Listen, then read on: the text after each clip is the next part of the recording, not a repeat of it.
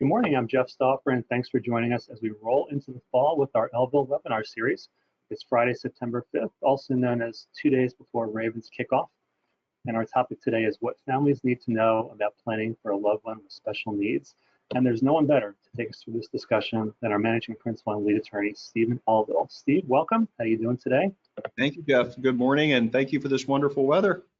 Wonderful. It's my pleasure.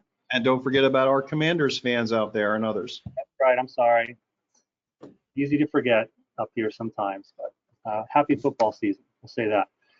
We have a lot of new attendees on today's presentation. You may be an existing client looking for further education, somebody considering our firm. Pathfinders for Autism may have sent you this way, or the Brain Injury Association of Maryland. Welcome to everyone, and a few housekeeping items. We always encourage your general questions throughout. Please note them in the questions panel, and we'll pause periodically. And yesterday by email, you received the presentation slides Steve is going to be referencing. You can also download them in the panel on your screen at this point as well. Everyone will also receive a post-webinar feedback email right after the presentation as well, so please take a couple minutes to fill out this brief yet very important and informative survey for us at your convenience. And a question for you: have you achieved your planning goals, or have those goals shifted a bit since you last looked at your planning? And here at Elville & Associates, we want to be a resource for your family's planning needs, whatever it may be, starting from the beginning, very old documents that haven't been looked at in many years, in administration matters, special needs planning. Our team, including Steve Elville, are here to meet with you to answer your questions, understand your individual situation, and create some solutions and a path forward for you. So I want to give just a real brief overview of the firm here, and then we will jump right into the presentation. You should see my screen here, Elville & Associates. We were founded in 2010 by Stephen Elville. We have several different practice areas that we focus on here on a daily basis. Among those are estate and special needs planning, elder law and elder care planning, estate and trust administration, business law and succession planning, guardianship and litigation matters, different tax planning and asset protection techniques as well. We have 12 attorneys, 10 staff members in 3 locations, and our mission, it's always been the same for the last 15 years, and I've been here for 12 of those. It's to provide practical solutions to our clients' needs through counseling, education, and superior legal technical knowledge. And we focus on education a lot here at Elville & Associates, including through our planning processes with our clients. We have different programs to suit all families and individuals here at Elville & Associates. We also, as you know, offer educational webinars and workshops in communities that we serve. And also by way of our accredited client care program, we're one of only a couple firms in Maryland that have a client care program accredited by the Client Care Academy in Boston. And we also focus and work with the ideals of client education, collaboration, and compassion in mind with every client every day here at Elville & Associates. Just a bit about Steve. His work as an attorney for many years has been centered in elder law, special needs planning, and estate planning. He's a member of many national membership organizations and professional affiliations, including the National Academy of Elder Law Attorneys, the Academy of Special Needs Planners, Wealth Council, nationally recognized peer groups, and many others. Steve works to offer peace of mind to clients by creating solutions to their needs through counseling, client education, and the use of leading-edge legal technical knowledge. Steve is a very seasoned speaker. You may have heard him before, presenting at many webinars, workshops, conferences, and continuing education events each year. And Steve was named to the Maryland Super Lawyers list for a 10th time and 9th consecutive year in 2025. So congratulations there, Steve. We'll see what 2026 has in store for us. He also had a feature story written about him in the National Super Lawyers magazine about the Elville Center for the Creative Arts, which is our firm's charity Steve founded in 2014. I've been very fortunate to be a part of from the start. I'm right now looking in my office. I have about, I would say about 25 instruments that have been refurbished from our friends at the band shop or need to be taken over there. I also have about 20 to 25 off the top of my head that are being worked on right now as we speak. So it's very busy. There's a lot of need out there. If you want to learn how to support the Elville Center and learn how we work to make a musical difference in the lives of children each day, please reach out to me. I'd be very happy to share our story with you when we have just a bit more time. But now we're going to talk about some special needs planning, a very important topic in and of itself. Steve, I'm going to go ahead and have you share your screen here. Give me 1 second. Hey, thank you very much, Jeff. I believe I saw someone coming in yesterday with a donation of a tuba, or a trombone, excuse me. So real quick, it's funny how things are cyclical. We haven't received a trombone in a few months, and it just comes and goes. But over the last 2 days, we received 3 trombones, including 2 bass trombones, which I honestly didn't even know existed. But we've been doing this for 11 years, and we get 2 bass trombones in the span of 2 days. So, you can't make it up. So, but we're very fortunate for all the support. Instrument donations, monetary donations are very important. Refurbishing instruments is very expensive, so we depend on support from people like you that are interested to help us further our mission. So thank you. Thank you, Jeff. And could you share again, because I see that my desktop did not come up. Let's give it a try here. All right.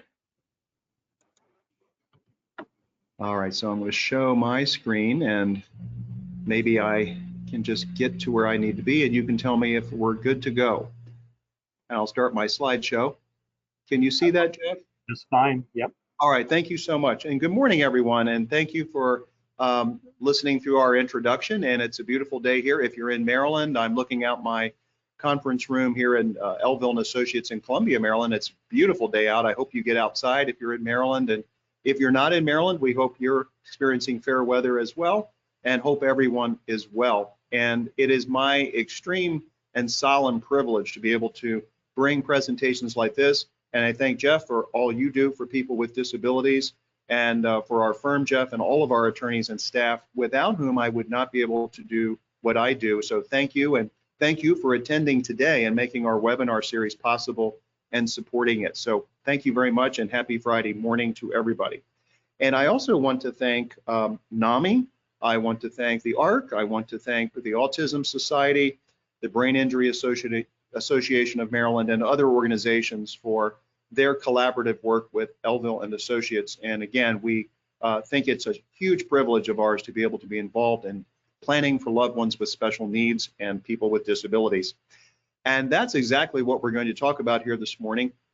And you'll notice the presentation is titled, What Families Need to Know. So we're going to talk about a lot of things this morning. If you've never heard this presentation, I strongly recommend that you get a tablet out if you use an electronic tablet, or your phone, or a plain old piece of paper to make notes. But we're going to go over things that are important. And if you take away just a little bit today, if you take away 3 to 5 bullet points that can give you some more insight, you're doing a successful thing today. So don't feel like you have to remember all of this, but you're going to start to get your mind around this idea of what can we do to plan for someone with disabilities or special needs. So with that said, we're going to begin on time here and end on time. And this is an informal presentation. So Jeff is an expert moderator. He knows when to stop, take a question if you have one, interrupt me if need be, or we can take questions at the end of the presentation. So again, thank you to everyone. We're going to go ahead and get started. Of course, this is not legal advice. We have to make that disclaimer that this is high-level education. We can enter into an attorney-client relationship, a confidential relationship as provided by Maryland law, but this is just an educational workshop, and we can meet separately if you have issues or needs to meet with us. Okay, why do planning? Well, all planning is goal-driven, G-O-A-L, goal-driven. And it probably would be a good idea as I talk to jot down on a piece of paper or your tablet or your phone, or just mentally make a checklist of, why are you here today? You know, what are the reasons that maybe you're here? Maybe you're updating an existing estate plan that happens to have special needs planning. Or maybe you've never done special needs planning and you need to incorporate that inside of your will or trust or fundamental estate plan. The other reason you might be here is to update an older plan that just has not been updated for years. But all planning is goal-driven, and we want to just think about special needs planning as maybe defined as planning that enhances a person's life or their quality of life, or plans for many different aspects of that life, as we're going to be seeing this morning. And some of you are dealing with certain types of situations, and others are dealing with different other types of situations with your loved one with disability. So this is to maximize potential without restricting any kind of freedoms or potential within the confines of what your life is like and your loved one's life. Now, there are many different benefits of planning, not just special needs planning, but just let's look at this in the context of special needs planning. We want to provide for financial future security. We are living in a strange and changing world, politically, socially, economically, world events. So we want to take a hard look at the financial security aspect of it, and that is something that we're going to encourage with the use of a planning team and so forth, as you're going to see here in just a moment. We're going to leverage means-tested public benefits that hopefully are here to stay. And I have no reason to believe that they aren't going to be here to stay, although some of you and some of us on this end, on our end, we have concerns about what's going to happen in 2026 with public benefits, but I'm just going to be an encourager to let's see what is going to happen. I know many of you are facing concerns and challenges about this, but we're going to see how the new laws are going to trickle down in 2026, and we just need to stay diligent and attentive. And we're going to move on now to the third bullet point. We're going to have a management team. So if you don't have a financial advisor or a CPA or a life insurance specialist to help work with your estate planning or special needs planning attorney, we're going to encourage you to have that team. And if you want to form a team like that and you don't know how to do it, we are here to help give you some referrals and to assist in forming a planning team. Many of you are going to be concerned about appropriate housing and where will your loved one live in the future? Will it be group housing? Will it be a private residence that you provide? What is this going to look like? Advocacy, as we continue down the bullet points. Who's going to advocate for my loved one? We know that this is one of the biggest issues facing parents today and families. Planning for caregiving needs. This is kind of along the same line. Advocacy and caregiving. Who will coordinate this care? Who's going to be there? Who are the participants in this? Who are the fiduciaries, the trustees, and the trust protectors, if you've never heard this terminology, and the advocates? Who is going to protect the beneficiary from fraud and abuse? And some of you are going to want to do planning like this, but also preserve assets for other heirs, people that are neurotypical and not having disabilities. So all of this goes into the planning for how to think about special needs planning. Now, one of the things that our firm does, and I maybe should just say I do, and Jeff does, I know is sometimes, is we are redundant. We are redundant in some of these presentations to try to drive home information. So we know that we only are able to retain a certain amount of what we hear and see, so I'm going to be intentionally redundant, if that's okay with you. We want to have this team of advisors, okay? We want to understand the financial, the tax, the insurance, and the legal aspects of planning. And look at this second bullet point. We want to build in flexibility. We're living in a world where arguably flexibility is absolutely essential. That's not going to be appropriate for every single person, but for the vast majority of people, building in flexibility is absolutely essential. So we've talked about the advisory team and advocates and trust protectors, which we're going to talk about a little bit more. Trust protectors are special fiduciaries that can be used to provide flexibility. So as you go along here, just take a deep breath, think about your purpose, think about your needs, think about what has held you back, at least at a certain point, about doing the kind of planning that you want, or maybe updating the planning. And again, just learning about it and moving forward. Just give yourself lots of room here to take in this information. So let's talk about how to create a plan. Well, there's lots of things going on here, and many of them you already know. But one of the things that Jeff and I and other attorneys here thought about after COVID was, my goodness, people need time to think. I mean, our Our world is so fast-paced. We've noticed that clients are doing their planning faster than they've ever done it before, thinking about things faster than they've ever done it before. How do we really have time to sit down and think about what we want? Well, that's what we're here for. We're here to counsel and guide people forward and give you time to think. Where will our loved one live? What kind of care will be required? Will they need a guardian or conservator? That's a whole subject in and of itself. Sometimes we have entire counseling sessions just on the issue of guardianship versus avoiding guardianship and the tools that are available now. What kind of lifestyle are we trying to provide? And will we be able to finance that as part of the planning for our loved one? What are the future challenges? And this could be legal, it could be practical, or otherwise. And can we build in layers, okay? And understanding our purpose, understanding our goal, our process.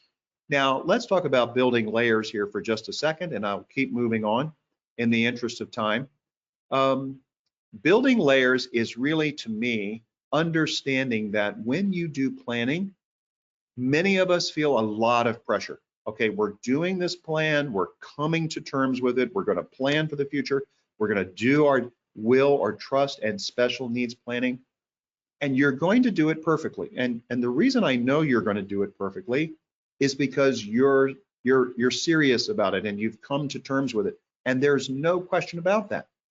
But you can give yourself some relief from the pressure by understanding that for most of us, we are not going to just be doing this one time.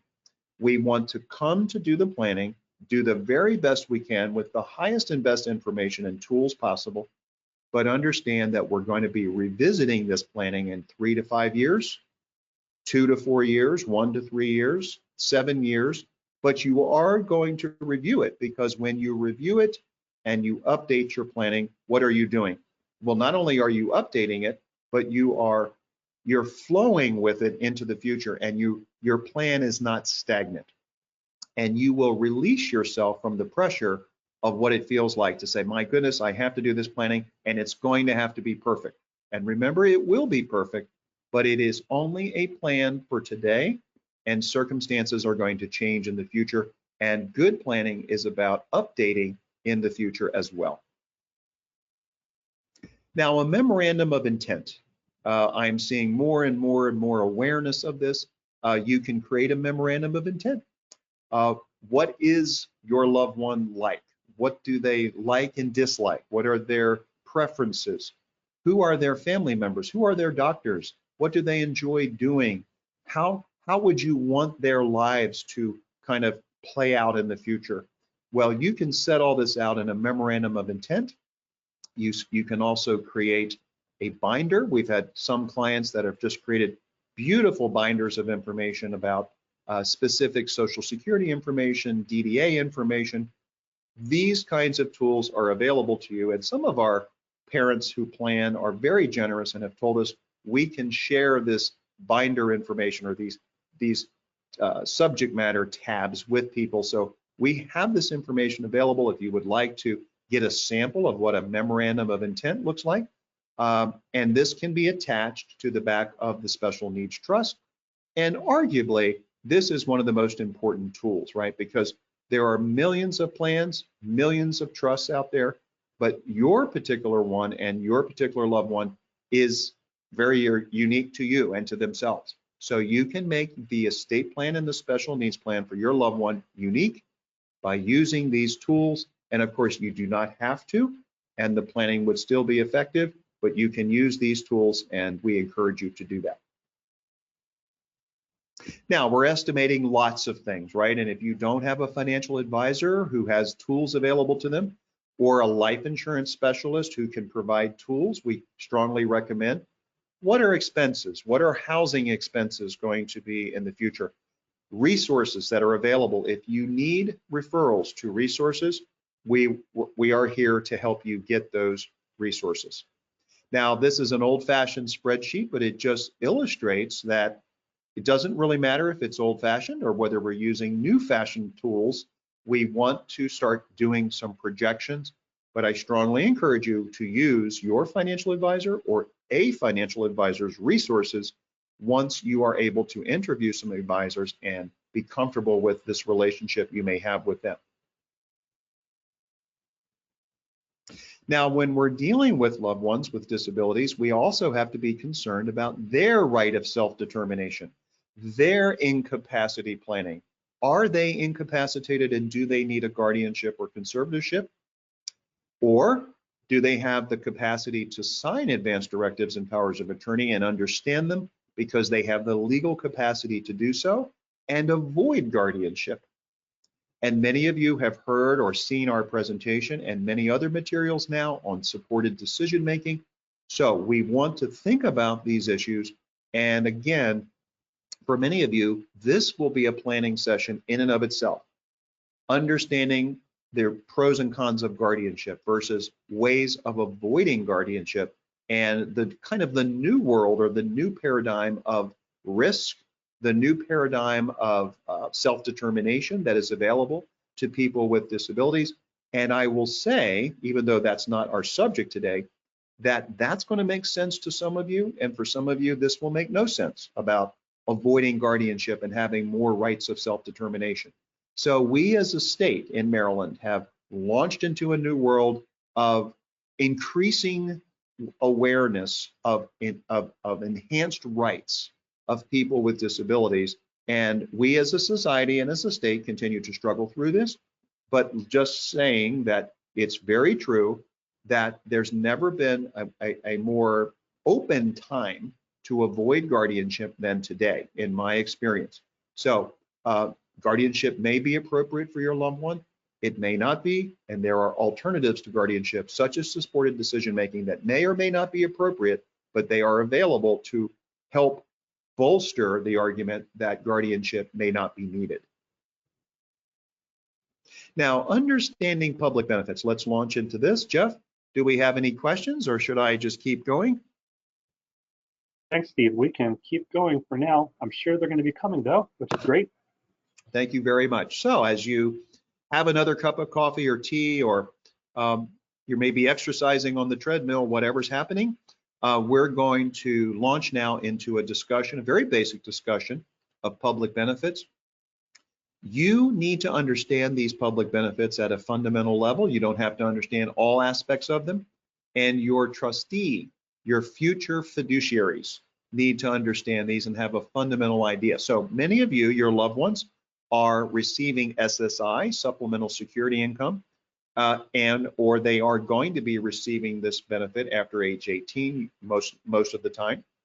And by definition, this is a means-tested public benefit where your loved one will receive medical assistance or Medicaid in Maryland as a result of that. So we understand, most of us understand that this is a means-tested benefit, and loved ones cannot have more than $2,000 in their name. As we go to the middle here, we see that some people, and many people, are on Social Security disability and not SSI, and they receive, if they have means-tested benefits, Medicare, which is not means-tested, SSDI is not means-tested, but Medicaid is means-tested, and the underlying benefits, such as DDA waiver benefits, are means-tested. So a person can be in this middle area receiving Social Security disability, Medicare, and Medicaid, and many of you are aware of this and are experiencing this right now.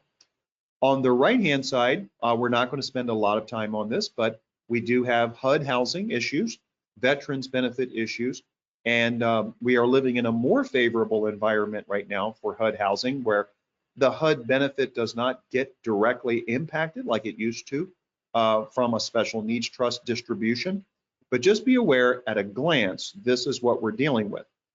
And before we move on, many of you are not aware, and some of you are, that your loved one who is on SSI, if they were disabled prior to age 22, they are a disabled adult child who, after you retire and receive Social Security, they will go from SSI to SSDI many times, oftentimes, and they will get 50% of the amount of your Social Security benefit. And when you die, they will receive 75%. So this is a really important thing. We're not going to dwell on it too much this morning, but this is a really important thing for parents to understand. So these are the definitions of SSI and the tests. We're not going to spend a lot of time on this in the interest of time to get through the supplemental needs trust information we need to get through. These are definitions for disability that you're going to read in your own time, and you have this information available to you on these slides. We know that the SSI resource test remains the same, but some assets are not counted, and many people are not aware of this, that a person with SSI can still own a home or a car, vehicle, and have certain assets that are not countable. Now, this doesn't mean the person should own a home in their own name, and oftentimes that's not the case, but just remember that a person does not necessarily, is not disqualified from owning a home just because they receive SSI, even though generally speaking, a home is going to be owned inside the special needs trust most of the time. So we see here that the federal benefit rate is $967 a month for 2025. Some states supplement this, and there's a whole session to go through to understand this. I would recommend reading books about public benefits. One of those books is How to Administer the California Special Needs Trust. Even though it's a California-based book from a California-based lawyer, we strongly recommend that book is a good book. It's easy to read. It's dense, but still easy to read. And it's a good book for you to educate yourself and your trustee. How to Administer the California Special Needs Trust is one book by Kevin Urbash. U-R-B-A-T-S-C-H, Kevin Urbash, just if you really want to educate yourself about public benefits. When someone receives SSI, if they have unearned income or earned income, that income is treated a certain way.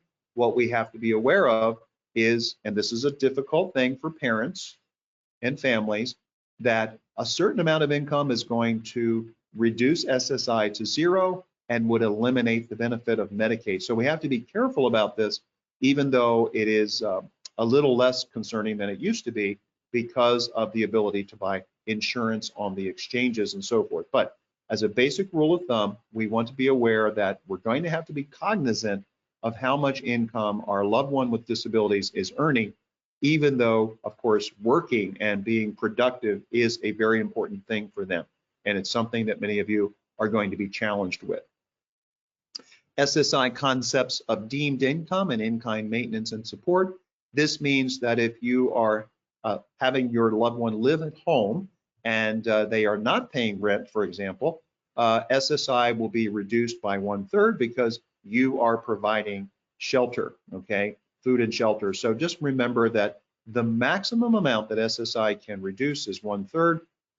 So this has various implications for planning, but we can avoid the reduction of the 1/3 through certain strategies. Now, we're not going to go through SSDI eligibility. I'm just going to show you that these are available for you to look at. This particular slide here, slide number 22, it looks like, is about the disabled child benefit, the disabled adult child, and the age 22 requirement.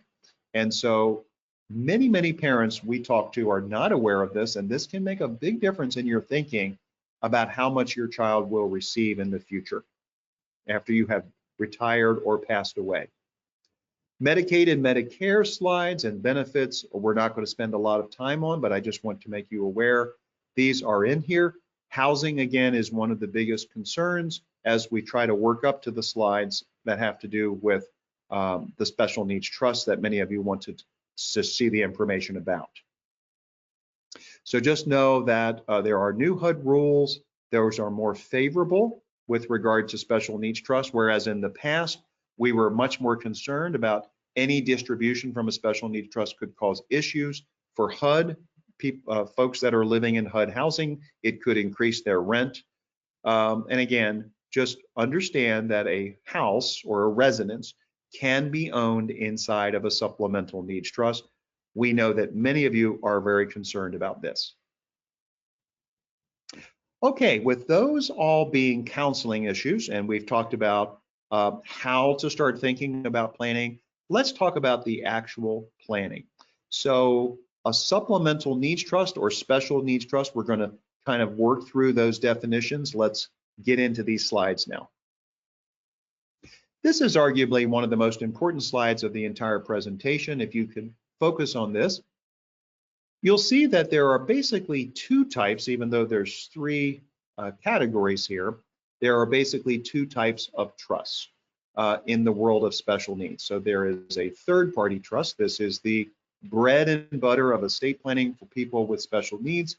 This is the kind of trust that's going to be created by parents, grandparents, brothers or sisters, or others.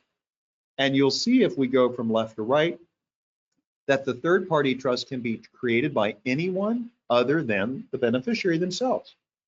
And that's because the law, not just in special needs planning, but the law looks at this concept, and hopefully this will make sense to you.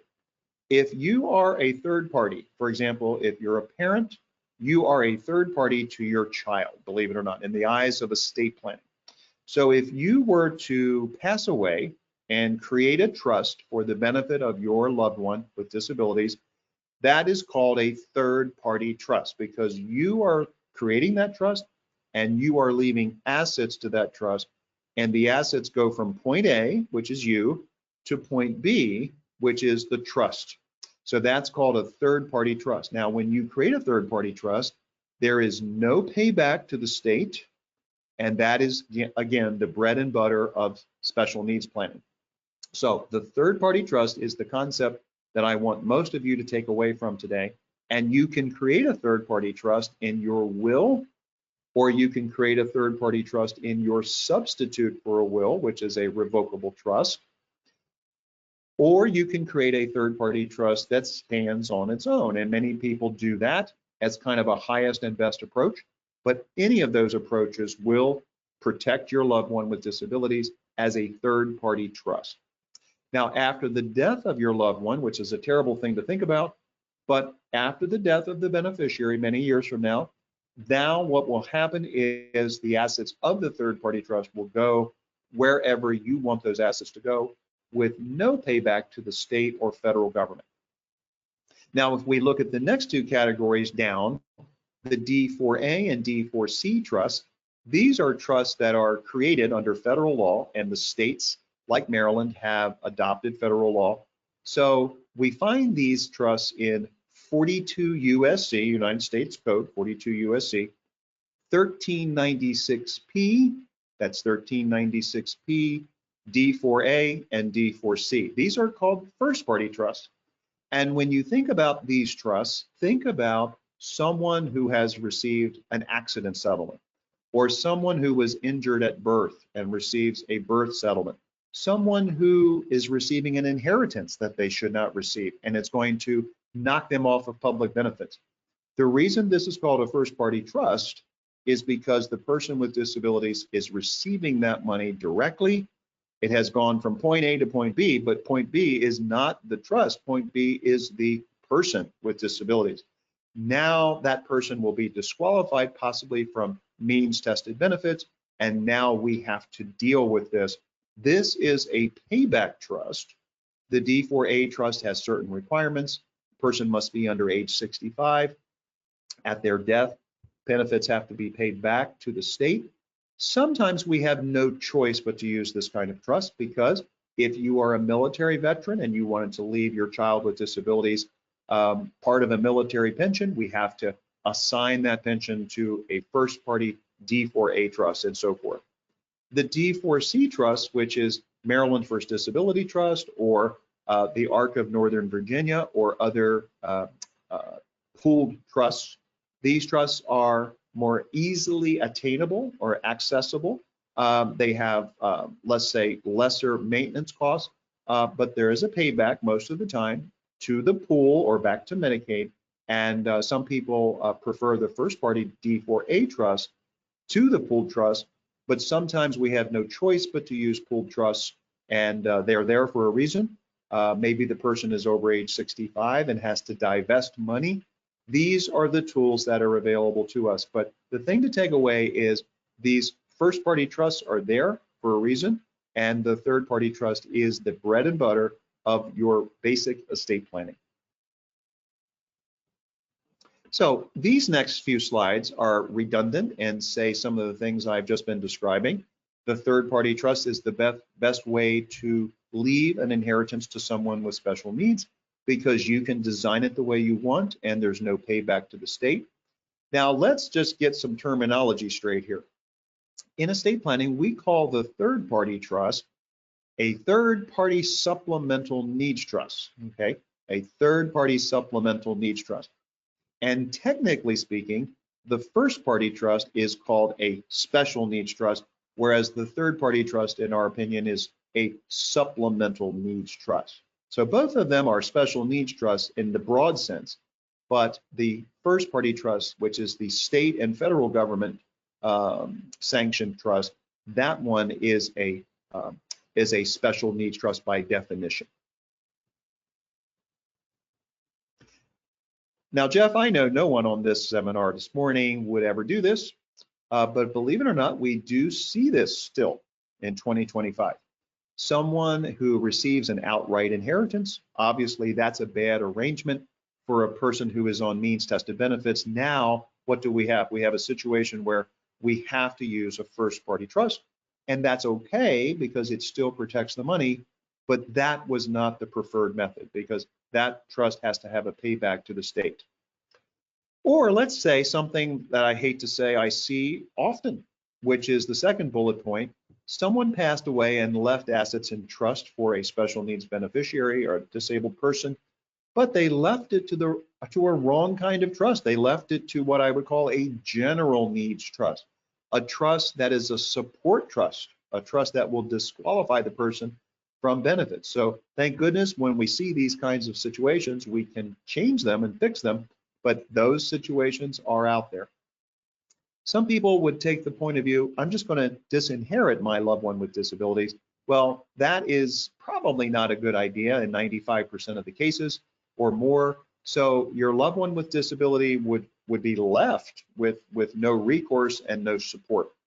Now, as we think about disinheriting someone with special needs, which is of course not what we believe in, what would be an alternative there? Well, I'm going to give it to their brothers or sisters or other relatives, and those people will take care of them.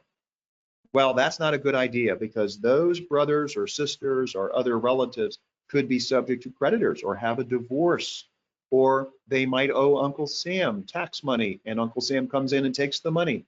Or what if they die unexpectedly and they did not prepare properly and left the money to another person who now owns it?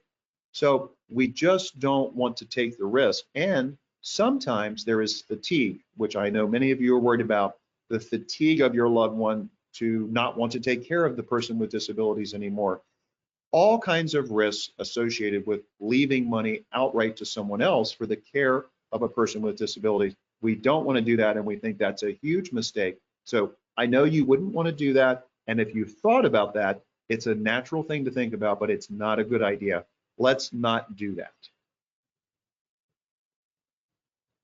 So again, the third party trust, which we will technically call a supplemental needs trust, the third party did not create the trust, meaning, the beneficiary did not create the trust is what I meant to say. The trust does not hold any of the beneficiary's money. It holds the person who is the third party's money. And of course, the beneficiary is not the trustee of the trust. And again, no payback requirements.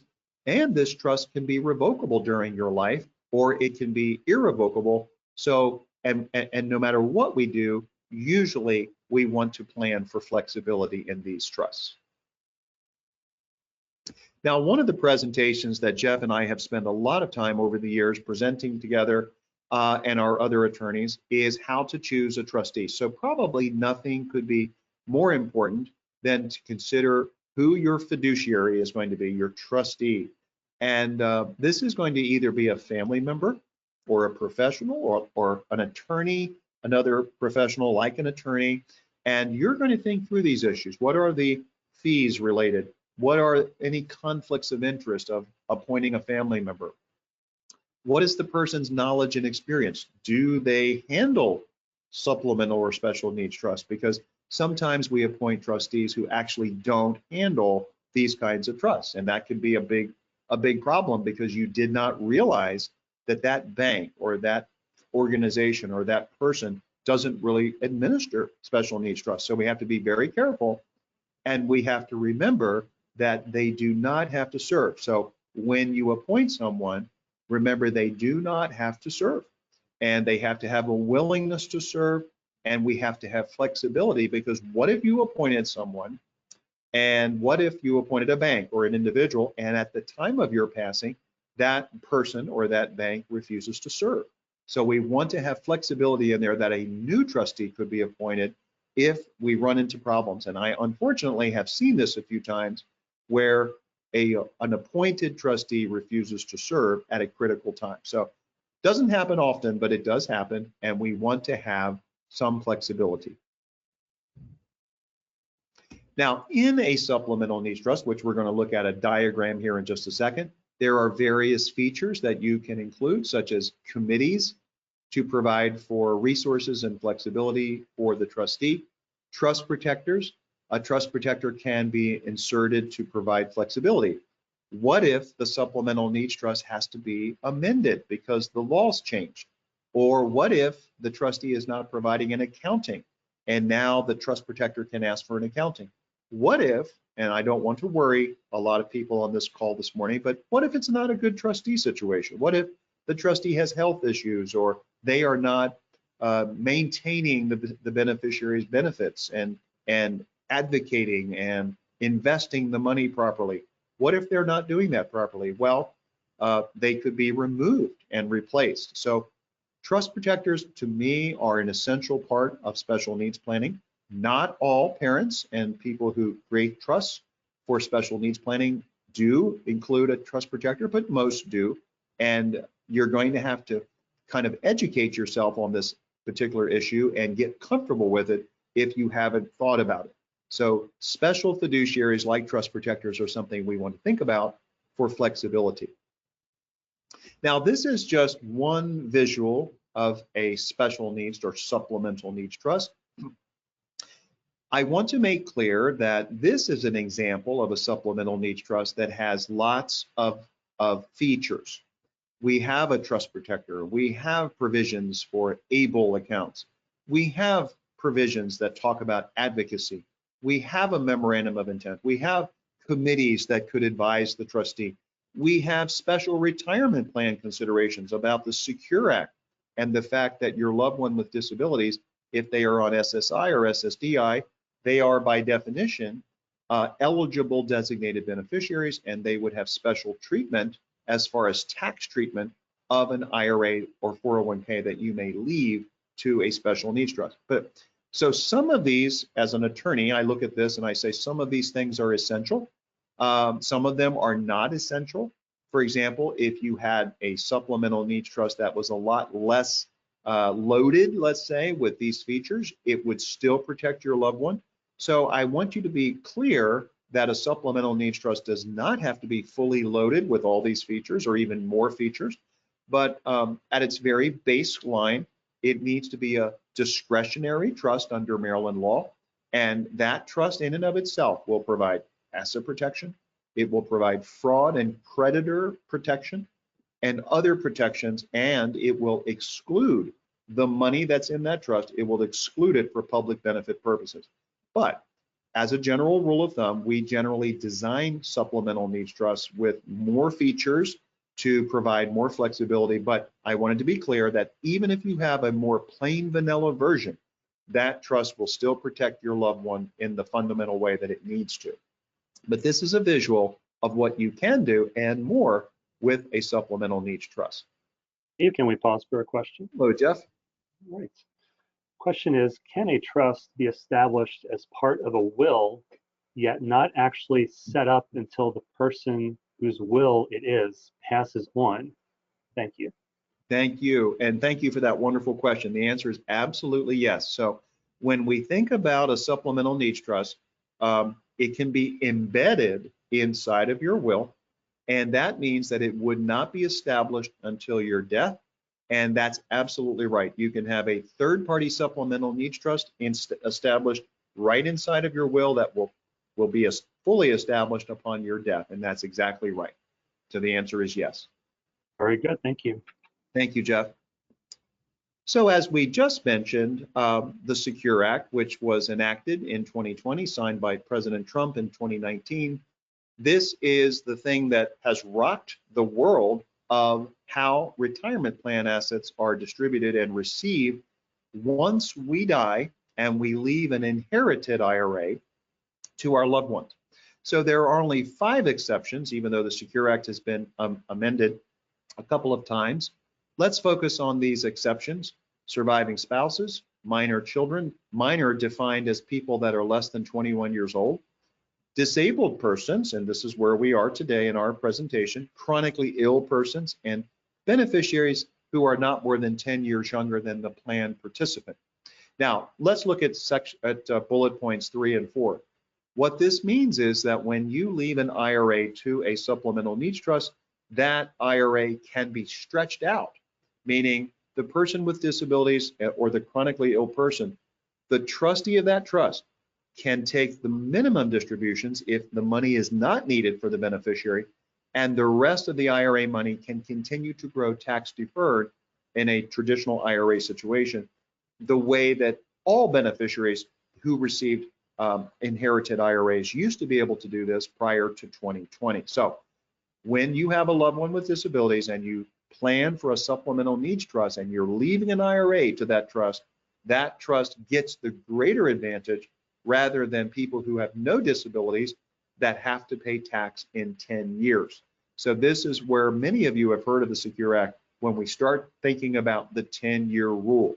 But the 10-year rule does not apply to persons with disabilities or chronically ill persons as defined by the IRS code, and these people get lifetime RMD treatment. They do not have to pay tax in 10 years. Now, Jeff has been looking a long time, and he's only found these 2 people who he feels are really perfect. They're like the perfect trustees. I don't know where he found them, but I'm glad you found them, Jeff. And these people do what trustees are supposed to do, especially in the world of special needs planning. Let's look at this top concentric circle. They are best interest advocates. They are trying to enhance the life of the person and the quality of life. They understand public benefits.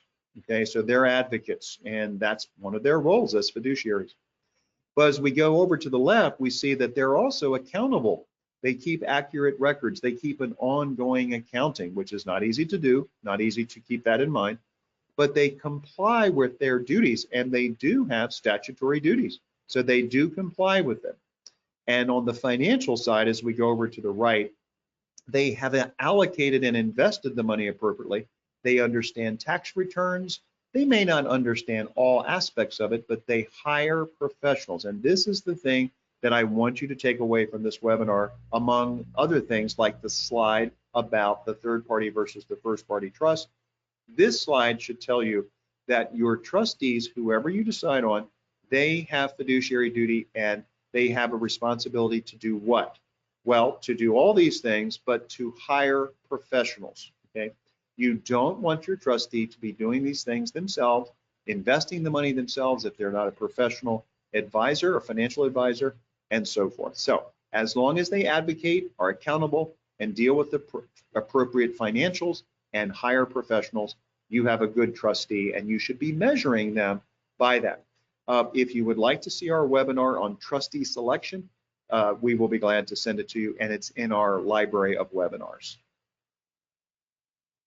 Now, we also have some questions that come up from time to time. What can a supplemental needs trust versus a special needs trust, that first party trust, what can they pay for? Well, we have some information that we're happy to send you about this, but just remember that anything for the benefit of the beneficiary within reason is allowable.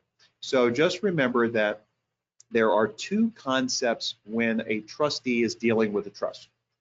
The first concept is I'm going to make payments or distributions to the person. Now, Most of the time in special needs planning, this is not going to be the method. We are generally not distributing money to a person. But remember that the second thing that can be done, and this is what is mostly done in special needs planning and also in non-special needs planning as well, which is distributing money for the benefit of the person. So a good way of thinking about this is if the beneficiary needs a new computer, the trustee can either give the beneficiary $2,000 or $3,000, which they normally wouldn't do in special needs planning, or they can just simply buy the computer for the benefit of the person and give it to them. And if your trustee follows that simple line of thinking, that they are going to most of the time distribute funds for the benefit of the person, they are going to be walking the straight and narrow path and not disqualify the beneficiary from benefits. As we talked about financial advisors, as I go to the next slide, and Jeff, I'm just going to check my time real quick. Looks like we're pretty much on time, so I'm just going to keep going. Looks like we're going to end on time. As you think about how to fund a special needs trust or supplemental needs trust, remember, take professional advice. We will help you form an advisory team. The other thing is we can think in terms of, should we purchase life insurance as a funding tool? So remember, no one wants to buy life insurance, but life insurance is the Swiss Army knife of estate planning, and it's also the Swiss Army knife of supplemental needs planning or special needs planning. And so we want to use these resources, and I am happy to say that Elville & Associates has one or two special needs, or should I say life insurance specialists, which are becoming harder and harder to find these days, but we know at least two specialists in life insurance that we would happily refer you to if you want to consider life insurance as a funding tool. Now, with that said, many of your conventional financial advisors that you have also can create life insurance plans. So just be aware that this issue of funding, whether it's from your estate plan, from your retirement plans, or from your life insurance, this is going to be a key issue.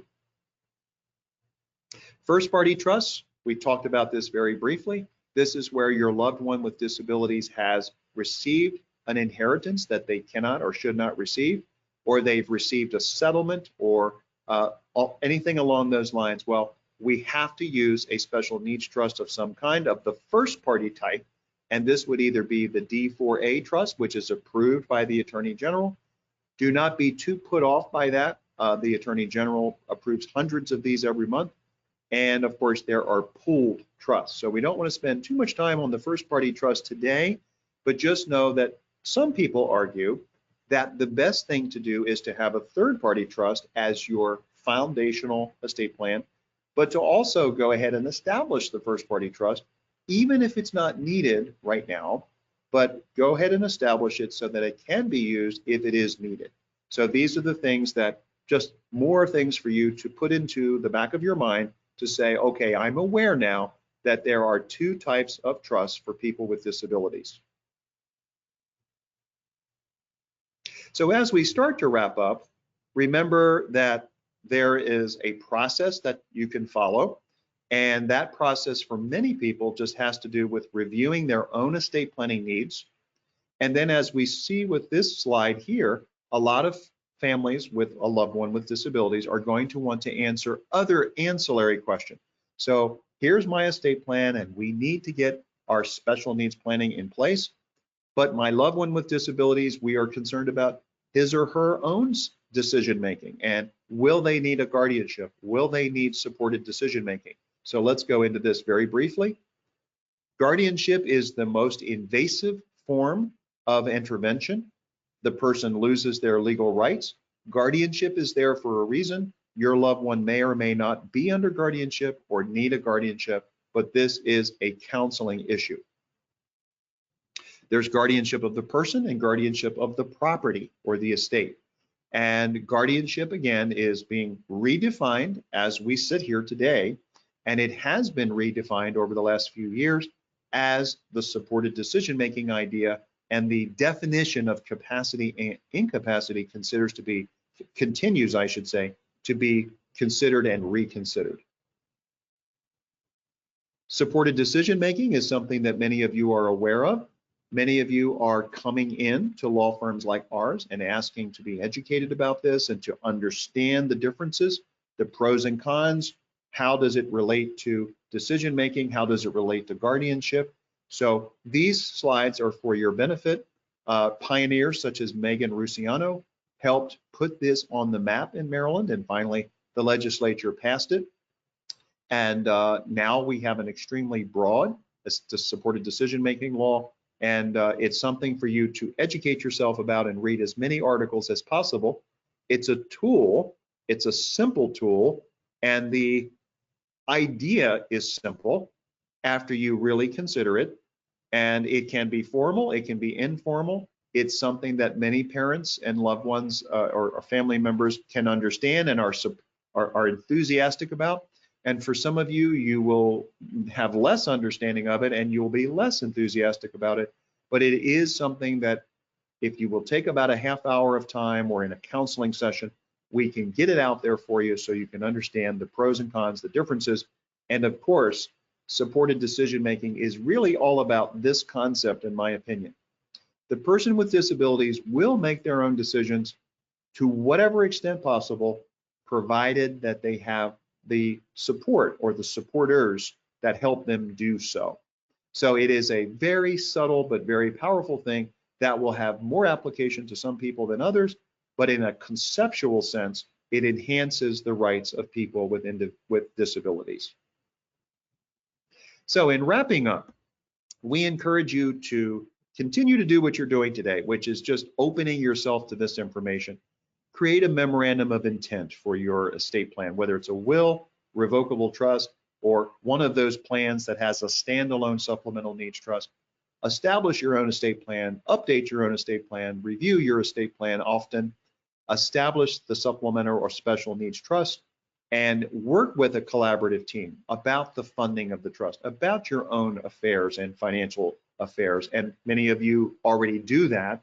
And if you need help with a collaborative team, we are here to help you. Name the supplemental needs trust, if it's appropriate, as the beneficiary of your retirement accounts, and know that if your planning is correct, your loved one will not have to pay tax on that on that IRA within 10 years, like healthy neurotypical beneficiaries would have to do. Understand public benefits and make sure your trustees are educated. We're here to help educate fiduciaries and families, so just remember that. Plan for the future, plan often. Don't put a lot of pressure on yourself about having to do it perfectly. The one and only time that you're going to do it, you're going to have a lot of pressure. If you feel that way, release that pressure. Give yourself permission to update the planning over a period of years. Start naming the people who will advocate for your loved ones. Start interviewing advocates. People out there today are available to be interviewed and even get to know your loved one who can be an advocate for them in the future. Although we recognize that choosing an advocate and worrying about future advocacy is one of the biggest issues. And make, of course, the special needs planning part of your estate plan, and don't leave things to chance. Lots of counseling issues, and we've covered a lot of material today. We're here to help you. Again, we're very privileged to work with many organizations and many families and to be a part of this community. So we do not charge for consultations about special needs planning in general. Let's talk about your information. This is a very strange thing to share with someone that you've never met, but we're here and we want you to know that there's nothing to fear when you talk about these issues, because when you collaborate or meet with an attorney or your attorney or this firm, you have an attorney-client relationship. You have confidentiality, even if you don't become a client. That meeting, that information that you share is confidential. Bring your current estate plan documents. We want to review them. We want to help you update them.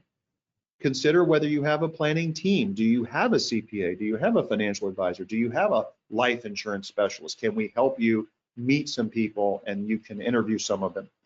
Bring your questions. We love to answer questions. Some clients come in with 10 or more questions. We're happy to answer them. And we want to give you the time to think, the time to really sit which we know from experience, a lot of families with loved ones with disabilities do not have the luxury of this time. And we want to make sure that you have a team and that you have time to think and develop what your goals are. Some of you, as I wrap up, don't know what your goals are, and that's okay, because in an educational process, you will be able to formulate those goals, and we will help you think through issues where you may have epiphanies about, okay, now I know what my goal is and what my goal should be. But of course, many of you have goals and you know exactly what those are. So I want to thank everyone, and I want to thank you, Jeff, for being our moderator today. And I thank everyone on such a beautiful day for spending this time. And Jeff, it looks like we're ending exactly on time, subject to questions that people may have. It's 11 o'clock. Thank you, everyone. Thank you, Steve. As always, wonderful, important information. And as Steve alluded to, now is a great time for any final questions that you might have. While we're waiting for those that are new to our presentations, I always do send out a pretty comprehensive message afterwards that includes our upcoming presentations, the video from today, which we record all of our presentations, slides, the letter of intent, and some links to information that Steve mentioned in the last hour or so. We have coming up for our webinar series, which is in full force here in the fall, Navigating Estate and Trust Administration, Estate Planning and Other Law Essentials. Our trustee selection webinar, which is always very popular, is coming back. And we have our wellness series, which we do on a quarterly basis. This time we're going to be talking about sleep. Who doesn't need more sleep? I think we can all use that, a little bit of that, with Dr. Michelle Fritsch, who's a great friend of our firm in many different ways. And also our annual client and community education event is coming back for a 13th year on October 18th, going back to 10 Oaks Ballroom in Clarksville. I was just there yesterday to talk to the person over there. That place is fully refurbished since we were back there last year. It looks absolutely amazing, and I can't wait to get back there on October 18th. We'll be talking about the evolution of estate planning in a changing world and have some great presenters, including Steve, some of our attorneys, and a great financial advisor firm working with us. So lots of great information, presentations, breakfast, prizes, live entertainment, anything you can think about. It's probably going to be there, including Steve and me. So look forward to seeing you. And see if we have any final questions before we wrap up. One question here, Steve. Am I correct in that taxes are paid on a special needs trust? That is a wonderful question. The answer is yes. So taxes would be paid. If the trust is revocable, it will be taxed as if you're paying the tax, the grantor, and it will be taxed at, just interest and dividends would be taxed at your rate on your own tax return. If the trust is irrevocable in the future, which it would be after your passing, then the trust will pay its own taxes. It will be considered what is called a non-grantor trust, and it will have to file its own tax return, which is a Form 1041. But the way that's handled is, and we could talk about this another time, is handled in such a way that even though the trust ultimately does not get taxed at trust rates, it will be taxed at the beneficiary's rate. You do not have to worry about it because it'll be handled in such a way that the income that is attributed to the beneficiary will not be considered income for Medicaid purposes. So that's something that I'm happy to illustrate to you more in person, but the answer is absolutely yes, it will file its own tax return. Okay. All right, Steve, thank you so much for your time and your expertise. Thanks to our attendees for being here, and we'll see you again soon on the Elville webinar series. Have a great weekend. Thank you.